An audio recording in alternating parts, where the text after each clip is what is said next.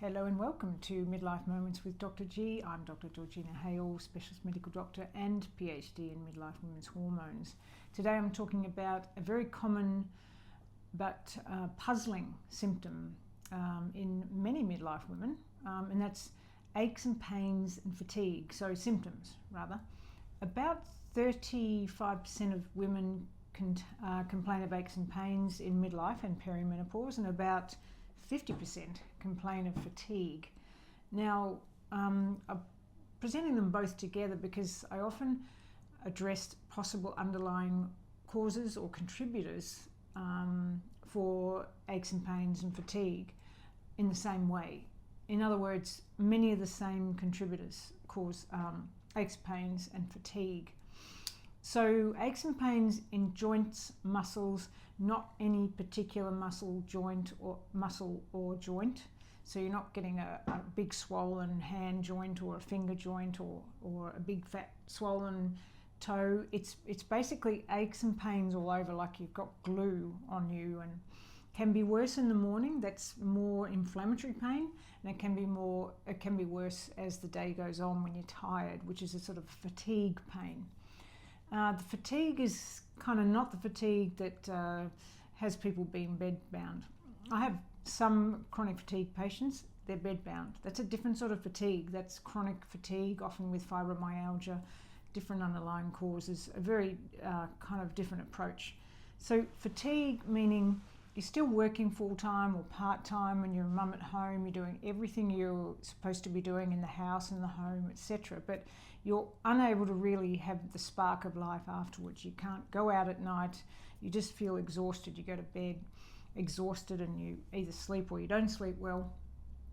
And nothing seems to pick you up. Maybe a holiday makes you feel a bit better, but in general you just feel you're lacking, you're dragging yourself around. And the aches and pains, they can maybe more in the shoulders or around the centre, or you may be one of those people with aches and pains in the hands and feet. So the approach to this is similar for both aches and pains and fatigue. And I'm asking the question of my patients, I wonder why you, the patient in front of me, has aches and pains and fatigue. I wonder what it is. So the first things I ask are about your sleep.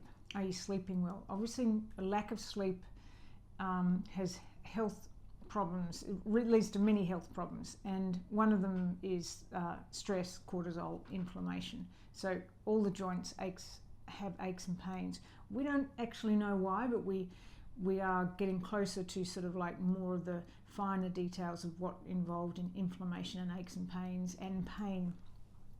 I also ask a lot about diet, and I'll go into that when I'm talking about what to do, but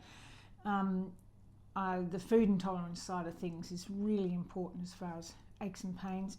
And then I'll ask patients, or I'll ask about the bowels, gut health, etc., etc. Then obviously finally I have to ask all about the stress. Are you getting enough sleep? Are you stressed at work? Have you got financial stresses? How's the family health, etc., etc.? Because stress has a huge impact on how our whole body is functioning and how we're coping with the oxidative stress that comes into our body and is produced in our body. So all these things are really sort of important. But why at midlife? Well, midlife women have increased responsibilities, increased stress at work from their increased responsibilities. We've got teenage or kids leaving home, we're worried about them. We may have a spouse who's got health issues, or we might have parents who have health issues, and we've got sort of a multiple carer role in many ways.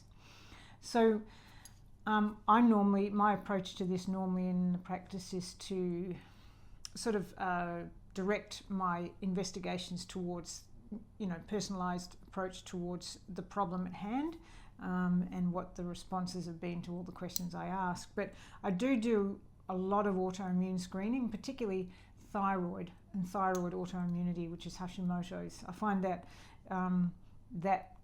there's a lot we can do with that apart from replace thyroid if necessary.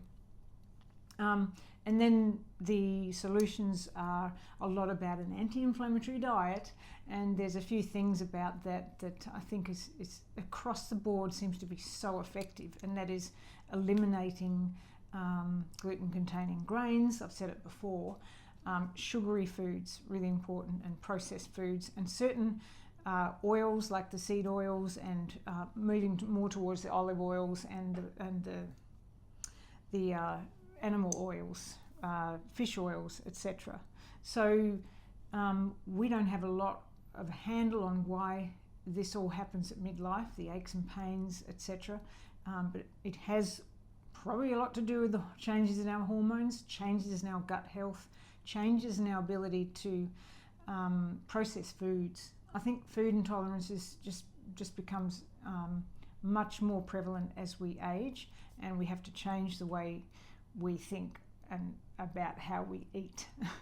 We cannot eat what we used to when we were younger.